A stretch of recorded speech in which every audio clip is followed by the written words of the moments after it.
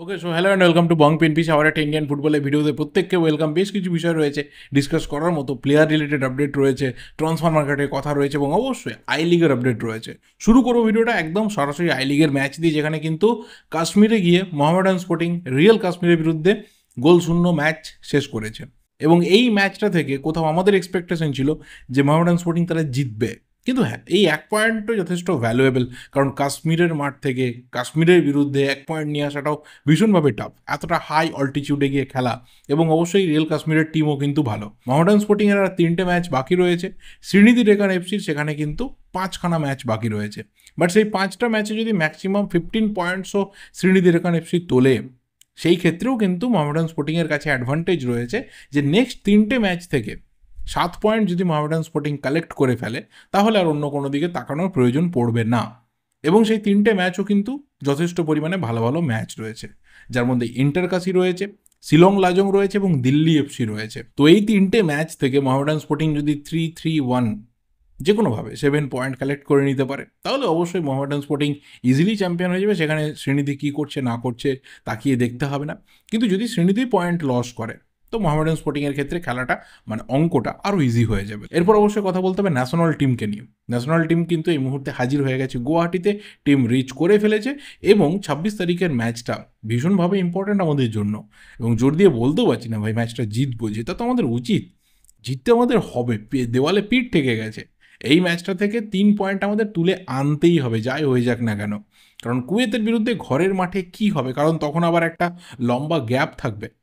তখন কিন্তু প্লেয়াররা ম্যাচ কন্ডিশনের মধ্যেও থাকবে না। পুরোটাই ডিপেন্ড করবে যে ইগর স্টিমার্স তিনি তার যে ক্যাম্প তিনি পাবেন, কতদিনের পাবেন এখন তো বলা খুব মুশকিল। যদি 15 to 20 ডেজের একটা ক্যাম্প তিনি পান, তাহলে হয়তো প্লেয়ারদেরকে তিনি খুব ভালোভাবে কম্বাইন করতে পারবেন। এইটুকু তিনি অন্তত ক্লেম করেন যে আমি বড় ক্যাম্প পেলে ভালো খেলাতে পারবো।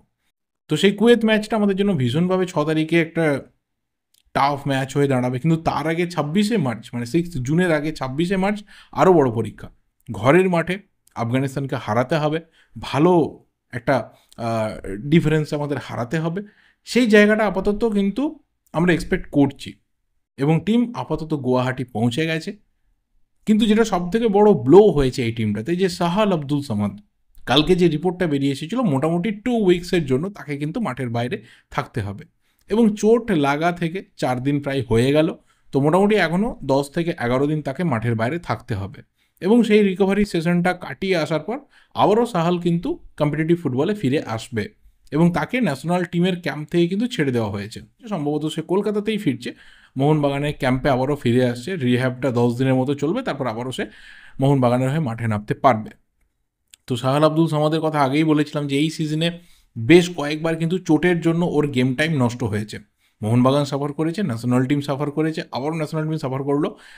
এতটা ফ্রিকুয়েন্ট চোট কিন্তু সাহাল এর আগে পায়নি, এতটা ফ্রিকুয়েন্ট চোট পায়নি। চোটও পেয়েছে, ইম্পর্টেন্ট ভাইটাল ম্যাচও মিস করেছে। কেরিয়ারের আমি বলবো যে ক্লাব কেরিয়ারের সবথেকে ভাইটাল ম্যাচ ওর কেরিয়ারে, সেটা কিন্তু ও মিস করেছে। তো ভাইটাল ম্যাচ তো মিস হয়েছে ভাই, বাট রিসেন্ট টাইমে কিন্তু ওর জন্য মোহনবাগান এবং ইন্ডিয়ান ন্যাশনাল টিম দুটো জায়গাতেই ওর গেম টাইম সাফার হয়েছে ওর চোটের জন্য। তো সেই জায়গা থেকে আপাতত ওর যা চোটের সিচুয়েশন, মোহনবাগানে 31 তারিখে যে ফিরতি আবারও ম্যাচ রয়েছে ইন্টারন্যাশনাল ব্রেকের পর, সেই ম্যাচটাতে সম্ভবত, আবারও বলছি সম্ভবত, সাহাল আব্দুল সামাদকে হয়তো পাওয়া যাবে না। He is doubtful. বাট হ্যাঁ, তার মধ্যে যদি রিকভারি করে ঠিক হয়ে যেতে পারে এবং কোচও যদি মনে করেন যে হ্যাঁ সাহাল ফিট রয়েছে, 90 মিনিটস বা অন্ততপক্ষে 60-70 মিনিটসও সার্ভিস দিতে পারবে, তাহলে অবশ্যই তাকে ইউজ করা যাবে। কিন্তু এই মুহূর্তে মোহনবাগানের হাতে প্লেয়ার রয়েছে। একটা সময় ফেরান্দো টাইমে কী হয়েছিল, প্লেয়াররা পারফরমেন্সই করতে পারছিল না ম্যাক্সিমাম। তো যারা রেগুলার পারফর্মার ছিল তারা না থাকলে কোথাও সমর্থকদের একটা চাপা উত্তেজনা তৈরি হচ্ছিল, একটা টেনশন তৈরি হচ্ছিল। এখন কি হয়েছে, এখন পারফর্মিং প্লেয়ারের সংখ্যা অনেক বেড়ে গেছে। এখন বিদেশি প্লেয়াররা প্রত্যেকে পারফর্ম করছে মাঠে যতটুকু সময় পাচ্ছে। ইন্ডিয়ান প্লেয়ার অনেকে out of the box perform করে দিচ্ছে, ডিফেন্সে, মাঝ মাঠে, ফরওয়ার্ডে, প্রত্যেকটা জায়গাতে। এবং কোথাও একটা ব্যালেন্স যে এসে গেছে টিমের মধ্যে, সেখানে যদি সাহাল আব্দুল সামাদকে একটা ম্যাচও না পাওয়া যায়, সেই ক্ষেত্রেও মোহনবাগান সমর্থকরা কিন্তু খুব একটা চিন্তায় থাকবেন না।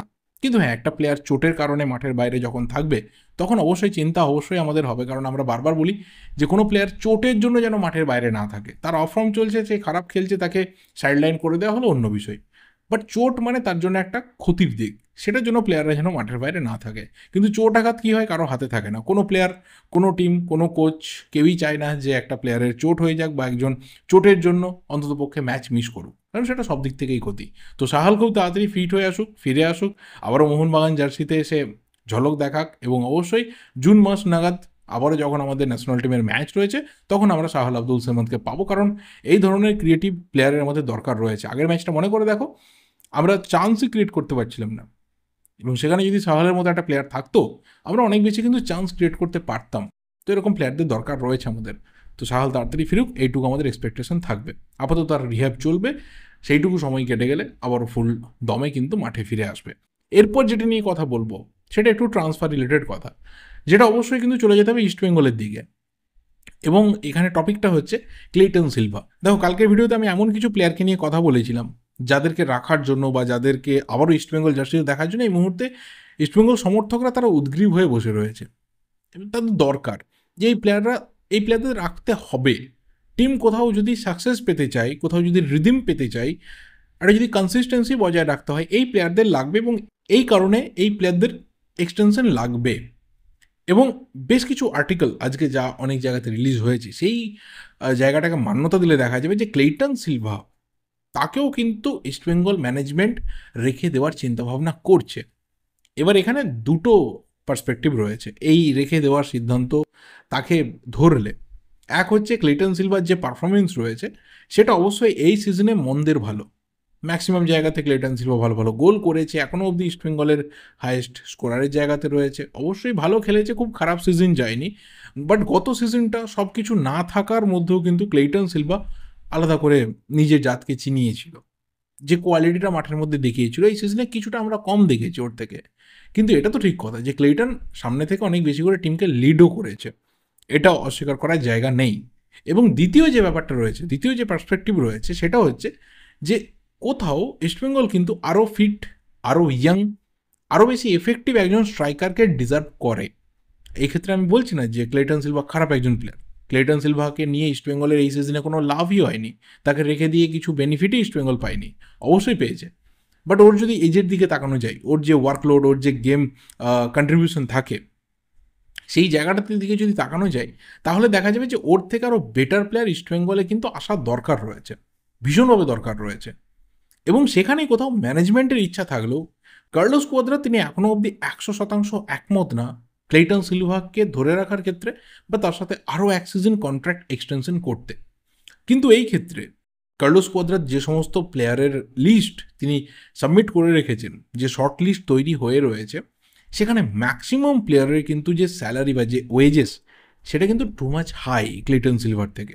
এবং এখানেই কোথাও যে লেটেস্ট একটা কানাঘুষো নাম শুনতে পাওয়া যাচ্ছে সেটা হচ্ছে মুম্বাই সিটি এফসির এই সিজনের, মানে লাস্ট দুটো এই সিজনের স্ট্রাইকার জর্জ পেরেরা ডায়াস, তাকে কোথাও ইস্টবেঙ্গল কিন্তু টার্গেট করছে বলে এই মুহূর্তে শোনা যাচ্ছে, মানে তার নাম সেই লিস্টের মধ্যে রয়েছে। এর আগে এইভাবে কিন্তু দিমিত্রি ডিয়ামান্টাকোসের নাম বেরিয়ে এসেছিল, রয় কৃষ্ণের নাম বেরিয়ে এসেছিল, এবং সেখানে আরও একজন টপ নচ স্ট্রাইকার যে পরপর 3টে সিজনেই আমি বলবো যে ওভারঅল ওয়ান্ডারফুল পারফরমেন্স দিয়েছে, ওয়ান্ডারফুল পারফরমেন্স। কেরালা ব্লাস্টার্সের কথা বলো, মুম্বাই সিটি এফসির কথা বলো, এই সিজনে বলো, 3টে সিজনেই কিন্তু ও কন্টিনিউয়াসলি ওর একটা বেস ধরে রেখেছে। যে ও কোথাও স্ট্রাইকিং ফোর্সে থাকলে একটা টিম ওর থেকে 10টা থেকে 13টা এরকম একটা গোল ওর থেকে পাবে। এই যে একটা জায়গা একটা প্লেয়ার ক্রিয়েট করছে প্রতি সিজনে, এটাই তাকে কোথাও স্পেশাল করে দেয়। এই জিনিসটা কোথাও কার্লোস কুয়াদ্রা তিনি কিন্তু চাইছেন যে এমন একজন প্লেয়ার হবে যে আমাকে অ্যাটলিস্ট গোটা সিজনে সমস্ত টুর্নামেন্ট মিলিয়ে 20-21টা গোল গিফট করবে। সেই জায়গাটার জন্য এরকম নাম কিন্তু উঠে আসছে। তার মধ্যে লেটেস্ট যে নামটা শোনা যাচ্ছে কানাঘুষো, ঠিক ভুল হতে পারে, নাও হতে পারে, আমি বলছি না যে এর সাথে নেগোসিয়েশন চলছে, তার কাছে অফার গেছে, ইস্টবেঙ্গল ডেসপারেটলি চাইছে, এসব ফালতু আমার সাজিয়ে গুছিয়ে বলতে ভালো লাগে না। শোনা যাচ্ছে যে এরকম একজন প্লেয়ারকে কিন্তু ইস্টবেঙ্গল টার্গেট করেছে। এই রকম প্লেয়াররাই কোথাও কার্লোস কুয়াদ্রাতের পছন্দ। নতুন প্লেয়ার নিয়ে আসা থেকে যারা টেস্টেড, যারা প্রুভেন প্লেয়ার রয়েছে তাদের উপরে ভরসা করতে কার্লোস কুয়াদ্রাত বেশি পছন্দ করছেন আগামী সিজনে টিম বিল্ডিংয়ের জন্য। সেই জায়গাতে এরকম স্ট্রাইকার যদি টার্গেট থাকে তাহলে কিন্তু ক্লেটন সিলভাকে ধরে রাখার যে টেন্ডেন্সি এবং ওই প্লেয়ারের যে ওয়েজেস হবে, দুটো কিন্তু ম্যাচ করবে না। মানে মোটামুটি ধরে রাখো ক্লেটন সিলভার থেকে অন্তত 2 to 2.5 টাইমস কিন্তু, মানে 2.5 টাইমস স্যালারি কিন্তু প্যারাডাইস মুম্বাই সিটি এফসি থেকে উইথড্র করে। তো ইকুইভ্যালেন্ট সেই স্যালারি না পেলে বা একটা নেগোসিয়েশনের পর একটা সেই অ্যামাউন্টের কাছাকাছি না থাকলে সেই প্লেয়ার কিন্তু সহজে মুভ করতে চাইবে না। যদি বেটার অফার আইএসএলে থাকে তো ভালো, বিদেশ থেকে অফার চলে এলে বিদেশে চলে যাবে। তো দেখা যাক ফাইনালি কী হয়। ইস্টবেঙ্গলের স্ট্রাইকিং জোনটা এই সিজনে ভীষণভাবে ভালনারেবল লেগেছে, বিশেষ করে ফরেনারদের ক্ষেত্রে। কারণ ক্লিটন সিলভা একদিক থেকে কিছু গোল তো করেছে, হাভিয়ার সিভেরো টোরো আইএসএলে খাতা খুলতে পারেনি ইস্টবেঙ্গলের হয়ে, এবং এই নতুন প্লেয়ার ফেলিসিও ব্রাউন সে আসার পরেও জাস্ট একটা গোল করেছে, তারপর থেকে তাকে জাস্ট হেঁটে চলে কোনো রকমে ঘুরে বেড়াতে দেখা যায়। তো এই জায়গাটা ভীষণভাবে হিট করছে ইস্টবেঙ্গলকে, এবং প্রতি সিজনে কিন্তু স্ট্রাইকিংয়ের যে জায়গাটা, সেই স্ট্রাইকিংয়ের জায়গাতে ইস্টবেঙ্গলের ল্যাকিং দেখা যাচ্ছে। একমাত্র ক্লেটন সিলভা আসার ফলে একটা যে বড় অ্যামাউন্টে গোল হতে পারে, একটা প্লেয়ার যে কন্ট্রিবিউট করতে পারে, সেটা দেখা যাচ্ছে। এর আগে সেই জিনিসটা কিন্তু ছিল না। তো সেই জায়গাটা আপাতত কার্লোস কোয়াদ্রাত বা ম্যানেজমেন্ট কতটা ঠিক করতে চাইছেন সেটা অবশ্যই যখন আস্তে আস্তে প্লেয়ারদের অফার রিচ করবে বা নেগোসিয়েশন স্টার্ট হবে বা মোটামুটি স্ট্রং জায়গা থেকে নামগুলো বেরিয়ে আসবে, তখনই কিন্তু কথা বলা যাবে। সো দেখা যাক কী হয়। এবার এই ভিডিওটা এই অবধি। তোমাদের যা যা ওপিনিয়ন রয়েছে অবশ্যই শেয়ার করতে থাকো। ভিডিওটা ভালো লাগলে লাইক করো, শেয়ার করো। দেখা হবে পরের ভিডিওতে। Till then subscribe the channel যদি নতুন হয়ে থাকো। Thank you, good bye and good night.